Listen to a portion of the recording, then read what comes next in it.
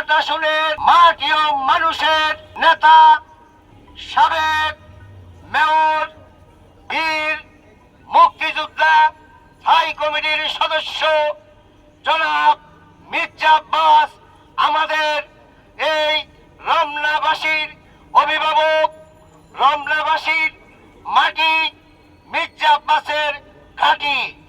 মির্জা আব্বাস সবসময় আমাদের সিনিয়র নেতৃবৃন্দর সাথে যোগাযোগ আছে।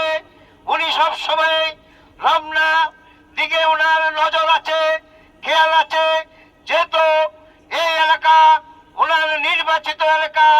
উনি বলে দিয়েছে কোন চাঁদাবাজ, কোন সন্ত্রাসী, কোন দুর্নীতিবাজ যারা আর কিছু যদি আমাদের দলে থেকে ওই সন্ত্রাসী আমাদের নেতা কর্মীদেরকে ধরিয়ে দিয়েছে, তারা কখনো কমিটিতে আসতে পারবে না এবং সদস্য নবায়ন করতে পারবে না।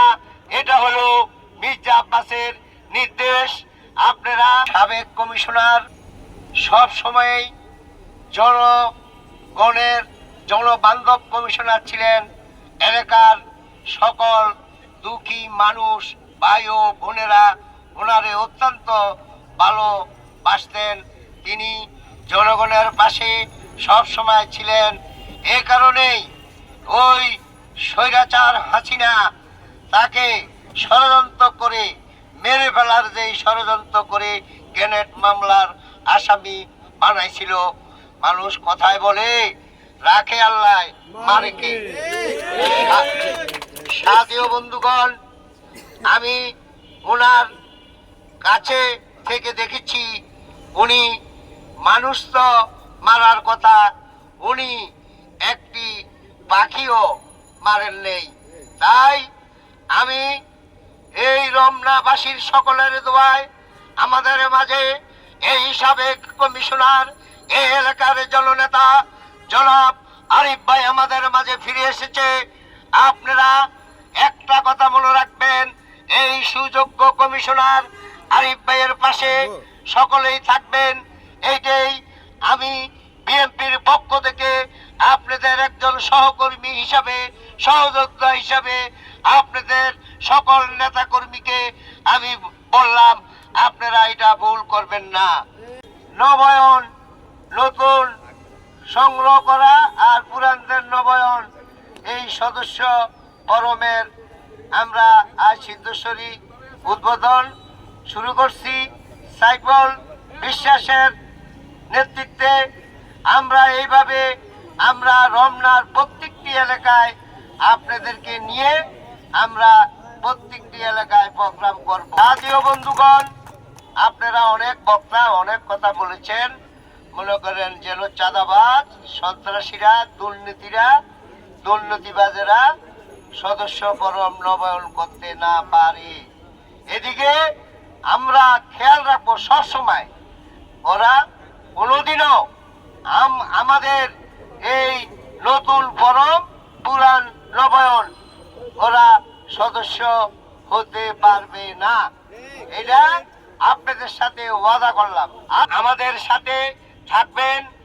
আর যদি সুবিধা অসুবিধা হয় আমাদের সাবেক কমিশনার আরিফ ভাইয়ের কাছে যে আপনারা পরামর্শ নেবেন।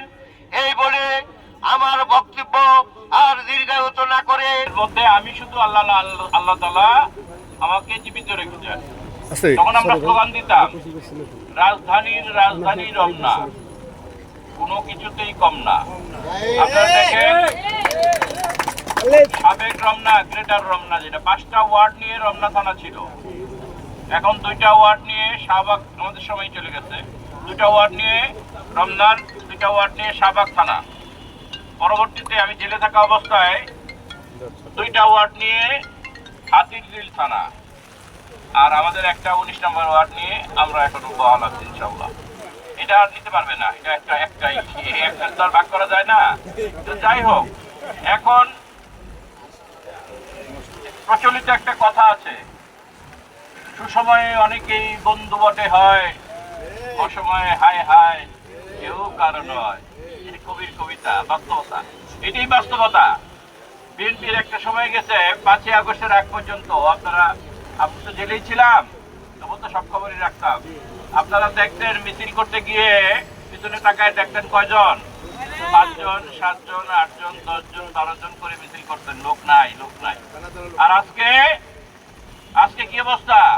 ওই যে সুসময়ে অনেকেই বন্ধু বটে হয়, এখন সুসময় বিএনপি মনে করতেছে সবাই যে আগামী দিনে বিএনপি আবার ক্ষমতায় আসবে, ইনশাআল্লাহ আসবে। যারা অত্যাচার করেছে তাদেরকে লক্ষ্য করবেন, তারা যাতে এই আমাদের ফর্ম ফিল আপ করতে না পারে এবং তারা যাতে আমাদেরকে ক্ষতিগ্রস্ত করতে না পারে সেই দৃষ্টি রাখার জন্য সকল স্তরের নেতৃবৃন্দর প্রতি আমি দৃষ্টি আকর্ষণ করছি। আপনাদের উপস্থিতি দেখে আমি আসলে অনেক আপ্লুত এবং আমার ভালো লাগছে।